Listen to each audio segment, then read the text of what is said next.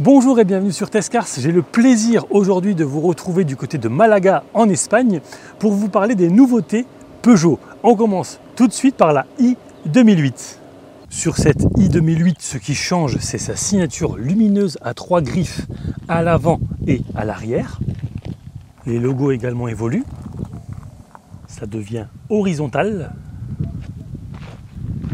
La puissance progresse de 15% pour passer de 136 à 156 chevaux. La batterie passe quant à elle de 50 à 54 kWh, ce qui permet une autonomie allant jusqu'à 406 km contre 345 pour la génération précédente. Il y a 3 finitions, active, allure et GT, comme c'est ici le cas. 2 nouvelles teintes, blanc, aukénite et gris sélénium. Au niveau des aides à la conduite, on est sur le pack Drive Assist Plus, des nouvelles caméras avant et arrière haute définition pour une vue à 360 degrés, les rétros intègrent l'alerte d'angle mort, les feux automatiques, l'Advanced Grip Control qui optimise l'adhérence quel que soit le type de revêtement, et aussi le Hill Assist Descent Control, bref, l'assistance en descente. À l'intérieur, l'iCockpit se dote toujours de ce fameux volant compact, d'un combiné 3D personnalisable et d'un écran tactile qui passe de 7 à 10 pouces. Les dimensions ne changent pas, on est sur 4,30 m de long, 1,55 m de large et 1,55 m de haut. Il y a un coffre qui offre un volume de chargement compris entre 434 et 1467 litres grâce à 2 niveaux. Au niveau motorisation, cette i 2008 s'affiche à 43 750 € en finition GT sans option. Comptez 32 000 pour sa déclinaison essence et 33 700 pour le diesel. A savoir qu'il y a 2 essences, 100 ou 130 chevaux en boîte mécanique ou en boîte automatique 8 rapports et le diesel 130 chevaux associé lui à la boîte automatique à 8 rapports. Voilà donc pour les différences entre la génération précédente et celle-ci que je vous présente aujourd'hui sur Testcars. On continue.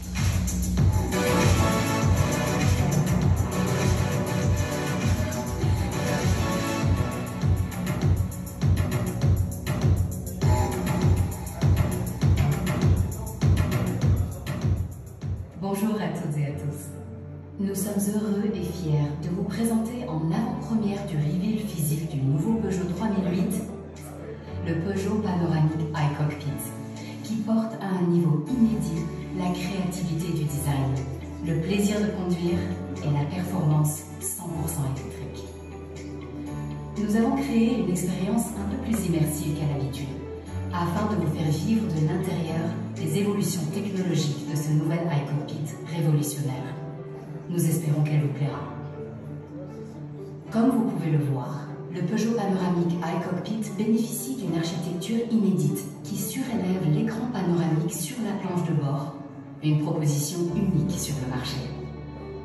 Ce spectaculaire et enthousiasmant écran flottant, panoramique, incurvé, haute définition de 21 pouces réunit le combiné tête haute et l'écran central tactile. Légèrement incurvé vers le conducteur, la dalle tactile de 21 pouces est accessible et délivre des informations parfaitement visibles pour une ergonomie optimale. L'affichage se compose de 2 parties, les informations de conduite d'une part et le système d'infodivertissement et de climatisation d'autre part. La partie gauche de l'écran panoramique est dédiée au combiné d'instruments. Situé juste au-dessus du volant compact, il regroupe toutes les informations liées à la conduite, comme la vitesse, la jauge de puissance, les flux d'énergie, la navigation ou encore les aides à la conduite. La partie droite de l'écran panoramique s'étend jusqu'au centre de la planche de bord.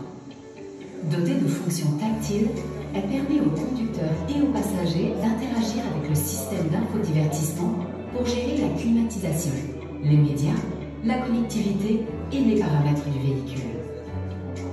Plus pratique et intuitive, la commande de boîte de vitesse automatique est désormais intégrée à droite du volant, près du bouton de démarrage.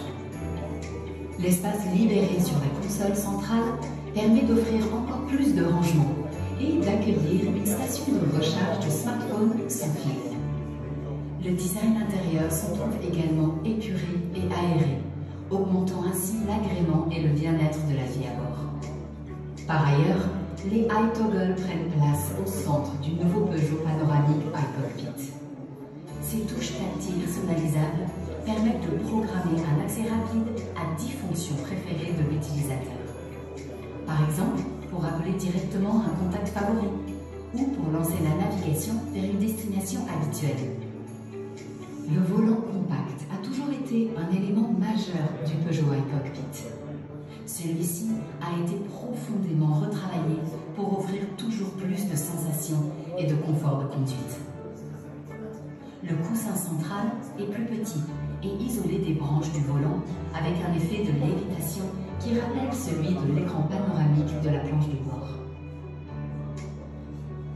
Et ce n'est pas tout. Pour plus d'ergonomie, les commandes situées sur le nouveau volant sont désormais tactiles. Chaque fonction s'active facilement et offre plus de douceur pour le conducteur. Quant aux commodos, ils sont désormais plus fins et plus élégants, pour plus d'allure. Enfin, outre le grand écran panoramique flottant de 21 pouces, l'éclairage d'ambiance contribue également à l'allure spectaculaire et au caractère technologique du nouveau Peugeot panoramique iCockpit. Personnalisable selon 8 couleurs, visible de jour comme de nuit, il s'étend sur toute la largeur de la planche de bord et des panneaux de porte. Il se reflète sur un élégant décor en aluminium véritable et procure un bien-être à bord inédit. L'ambiance moderne et qualitative de l'habitacle associe de la plus belle des manières le décor aluminium et les éléments en tissu. Après la Peugeot i 2008 et le Peugeot panoramique iCockpit, on va s'intéresser tout de suite à la nouvelle 508. Celle-ci dispose d'une nouvelle face avant avec le nouvel emblème du lion. Nouvelle calandre, très sympa, un peu plus agressive. Une nouvelle signature lumineuse. C'est comme ça essentiellement qu'on va reconnaître la nouveauté. Donc des feux à LED, bien entendu, 3 griffes à l'avant. On retrouve certains appendices aérodynamiques propres à la version PSE.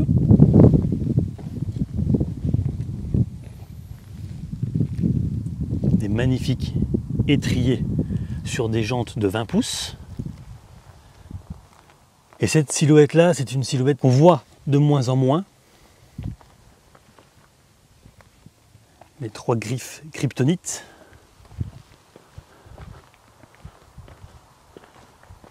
Et à l'arrière, vous noterez également la nouvelle signature lumineuse avec, bien entendu, toujours des feux à LED. La 508 est disponible en finition Allure et GT. Les dimensions restent inchangées avec 4,75 m de long, 1,85 m de large et 1,40 m de haut. Siège électrique, massant, qui enveloppe extrêmement bien. Au niveau confort, on est sur du 5 étoiles. Un nouvel iCockpit avec un nouveau système d'infodivertissement qui permet un affichage en mode multi-fenêtre.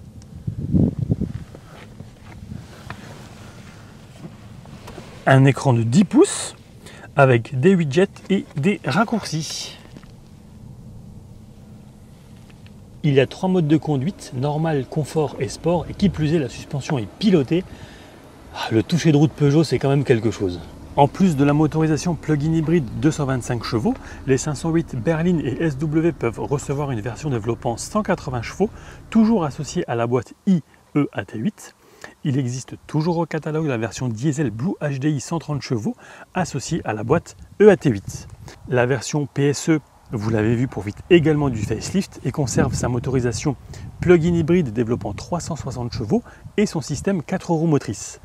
On est sur 64 km d'autonomie électrique sur les versions classiques et 52 pour la PSE. En plus de la motorisation plug-in hybride 225 chevaux, les 508 berline et SW peuvent recevoir une version développant 180 chevaux, toujours associée à la boîte iEAT8. Il existe toujours au catalogue la version diesel Blue HDI 130 chevaux associée à la boîte EAT8. La motorisation ne change pas sur cette version PSE. Il y a toujours un moteur essence de 200 chevaux et 2 moteurs électriques, un à l'avant et l'autre à l'arrière, et seulement 1h40 de recharge est nécessaire sur une wallbox 32 A avec le chargeur embarqué monophasé de 7,4 kW qui est en option. L'écran de 10 pouces est splitté en deux, c'est pas mal. Avec également des commandes tactiles en dessous, notamment de clim et de siège chauffant. On va peut-être pas les utiliser, parce que là il est 10 h, il fait déjà 30 degrés. Non. Bon, ça vaut pas les 41 d'hier. Mais c'est toujours aussi sympa, hein, ce petit volant. L'affichage devant soi, vraiment, vraiment très sympa. Avec ses modes de conduite, tout électrique, confort, hybride ou sport, évidemment, puisqu'on est sur une PSE. Donc là, vous aurez les 360 chevaux qui sont disponibles tout de suite. Petit sélecteur de vitesse, ça c'est pas mal aussi. On aime beaucoup. Chargeur par induction qui est caché en dessous, juste ici. Mais ce qu'il faut retenir de cette voiture, c'est son caractère, alors je ne vais pas dire exclusif, mais en tout cas, on n'en trouve pas beaucoup sur le marché des comme celle-ci. Et puis c'est vraiment très très agréable à rouler, confortable. On peut rouler très tranquillement, en fait, on n'est pas obligé de rouler comme un sauvage avec la puissance qu'on a sous le pied droit. Mais c'est bien fini. Le saut au sein de l'habitacle, le son il est magique, délivré par Focal. C'est du Made in France.